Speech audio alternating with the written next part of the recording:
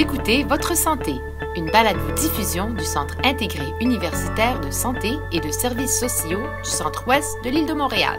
Bonjour et bienvenue à Votre Santé. Je m'appelle Carl Thériault. Le CIUS du Centre-Ouest de l'île de Montréal a depuis peu une nouvelle commissaire aux plaintes et à la qualité des soins. Il s'agit de Maude Laliberté. Aussi connue sous le nom d'Ombudsman, la commissaire aux plaintes a comme mandat de recevoir et d'examiner les plaintes concernant les soins et les services sociaux que le CIUS offre à ses patients, à ses usagers et à ses résidents. Pour nous expliquer davantage en quoi consiste son travail, j'ai le plaisir d'accueillir en studio Madame Maude Laliberté. Bonjour Madame Laliberté. Bonjour. Félicitations. Merci beaucoup. Dites-nous, ça fait quoi pendant une journée une commissaire aux plaintes?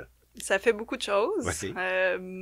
C'est sûr que le rôle de la commissaire aux plaintes, c'est de s'assurer de veiller aux droits des usagers, puis d'aider à améliorer la qualité des services pour l'ensemble des patients.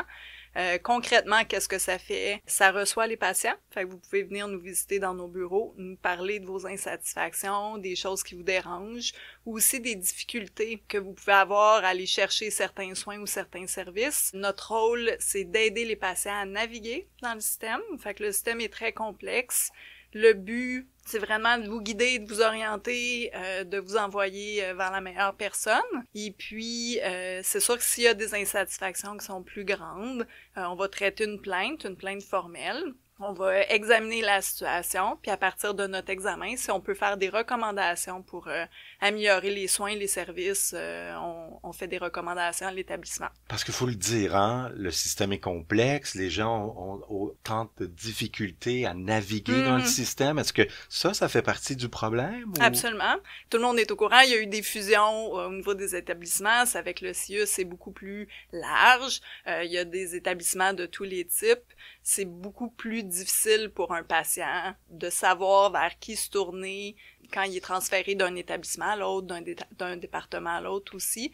Donc, la complexité du système amène un besoin de naviguer le système. C'est sûr que c'est pas juste les ombudsmen qui peuvent vous aider à naviguer le système. Il y a aussi les comités des résidents, les comités des usagers. Fait qu'il y a beaucoup de gens pour donner un coup de main et soutenir la communauté. Alors, mais vous êtes là pour justement guider la personne dans ce réseau-là. Là. Oui, absolument. Vous parliez des droits des patients. Quels sont les droits des patients, là, simplement, quand ils viennent pour un service, que ce soit un service de santé ou un service de services sociaux, là? Ben, le patient a droit de recevoir les services de la plus grande qualité possible, des services humains qui sont respectueux de ses valeurs. Fait que nous, on s'assure que les soins vont être donnés avec les meilleurs standards de qualité possible, en respectant les valeurs des patients. Par exemple, ici, dans le CIUS, on veut s'assurer que le patient peut recevoir les services en français ou en anglais en fonction de sa langue. Et vivant dans un quartier extrêmement multiculturel,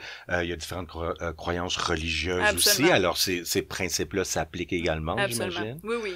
Qu'est-ce que vous recevez comme plainte, là, le plus souvent, là? Quelqu'un qui est pas content avec ce que l'infirmière y a fait, par exemple. Est-ce que c'est proche de la réalité, ça? Oui, ben, il y a 3 motifs de plainte qui reviennent d'une façon assez prédominante d'une année à l'autre. Il y a les enjeux de qualité des soins. Fait que tout ce qui pourrait être lié, par exemple, une erreur de médicament, une erreur chirurgicale, des complications. Fait que ça, c'est un type de plainte qu'on reçoit régulièrement. Il y a tous les enjeux de communication. Ça peut être la communication entre le patient puis le professionnel de la santé, un manque d'empathie qui a été ressenti, un manque de respect, mais ça peut être aussi des problèmes de communication un petit peu plus organisationnels, l'information qui n'a pas été transmise entre 2 corps de travail ou entre 2 départements.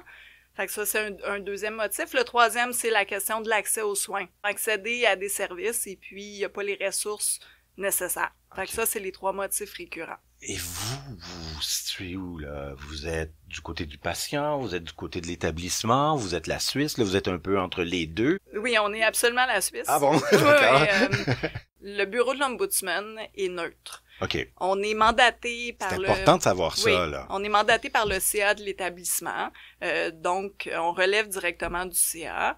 On n'est pas là pour défendre l'établissement, on n'est pas là pour défendre le patient, on est là pour faire un examen de la situation qui est objectif, puis pouvoir s'assurer que le patient a été bien respecté et que les règles en vigueur ont été bien mises en place, que les politiques, les procédures ont été bien appliquées. Fait que c'est vraiment un examen neutre qu'on fait d'une situation. Alors de là à la qualité des soins aussi, Absolument. là, c'est important dans votre titre, ça. Oui. Si on observe des lacunes qui pourraient empêcher qu'une situation se reproduise de nouveau, nous, on peut faire des recommandations à l'établissement pour aider à améliorer la qualité des soins. On fait quoi avec vos recommandations après? On les met en place. Oui. Et ça, c'est fait à chaque fois, là. Oui, ben avec l'établissement ici, j'ai pas de souvenir de recommandations qui auraient pas été mises en place. Puis généralement, même si c'est très consensuel, on va discuter avec les gestionnaires, on va voir ensemble comment on peut aider à améliorer la qualité des soins. Puis les gestionnaires sont partie prenante de ces mesures d'amélioration-là. Fait que c'est la façon la plus efficace de fonctionner, là, s'assurer que c'est quelque chose qui est faisable, plausible, réaliste aussi pour le personnel. Qu'est-ce qui vous a amené à accepter ou de vous intéresser à ce poste-là, à ce travail-là? Moi, je suis physiothérapeute de formation, mais je suis aussi éthicienne. Tout le long de mon parcours clinique, je me suis toujours intéressée beaucoup aux facteurs qui viennent influencer le traitement. Puis, je suis venue à réaliser que la relation avec le patient, c'est vraiment central dans toute la relation de soins. Donc, j'ai eu un intérêt pour l'éthique, j'ai été faire un doctorat en bioéthique, puis ce qui m'a intéressée, c'est vraiment trouver une façon d'aider à améliorer le système tout en travaillant pour le bien-être du patient et la qualité de vie du patient. Fait que c'est le chemin qui m'a amené vers le bureau du commissaire aux plaintes. C'est drôle parce que, vu de l'extérieur, parce que croyez-vous que c'est un organe qui est bien connu du grand public? Pas suffisamment. Puis ça fait partie du rôle aussi du commissaire aux plaintes de se faire mieux connaître par la communauté pour que les gens puissent avoir facilement accès à nous s'il y a des situations problématiques. Ça fait d'ailleurs partie d'une des premières choses que je vais tenter de mettre en place, c'est qu'on soit plus présent dans la communauté, que mes délégués aux plaintes soient dans les établissements de santé, qu'on soit plus visible. Parce que, je sais pas si vous savez, mais il y a 87% des gens qui sont insatisfaits de leurs soins qui ne portent pas plainte. Oh, wow. Moi, j'aimerais que ce chiffre-là diminue un petit peu, puis que les gens puissent plus facilement nommer leurs insatisfactions, parce que grâce à ces plaintes-là, on arrive à améliorer le système. Fait qu'à chaque année, il y a des mesures d'amélioration qui sont mises en place par l'établissement grâce aux gens qui portent plainte. Fait qu'il faut pas prendre ça à la légère. Des fois, on se dit, bon, ça vaut-tu la peine de le dire, de porter plainte, on passe à autre chose. Moi, je pense que ça fait partie de notre devoir, de nommer ce qui a mal été pour être sûr que ça se reproduise pas dans le futur. Et justement qu'on continue tranquillement, pas vite, à améliorer le système de santé dans lequel Absolument. On travaille tous et auquel les gens tiennent énormément aussi. Là. Absolument.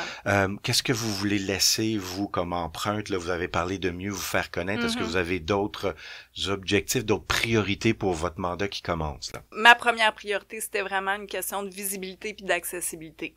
Je veux qu'on soit présent sur les sites, qu'on aille dans les CHSLD.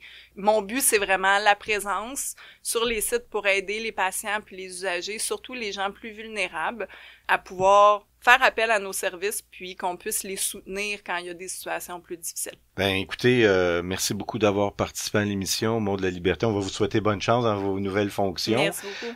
Vous venez d'entendre Maud de la Liberté, qui est la nouvelle commissaire aux plaintes et à la qualité des services du CIUS du Centre-Ouest de l'île de Montréal. C'est tout pour cette semaine. Merci d'avoir été là. Pour écouter nos autres émissions, allez au balado.ciuscentreouest.ca, balado.ciusscentre-ouest.ca. Si vous avez des suggestions à nous faire, écrivez-nous. Je m'appelle Carl Thériault. À la prochaine.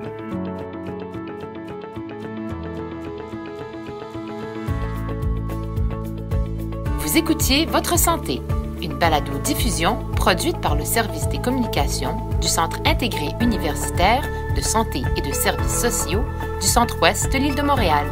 Au plaisir de vous retrouver pour une autre édition de Votre santé.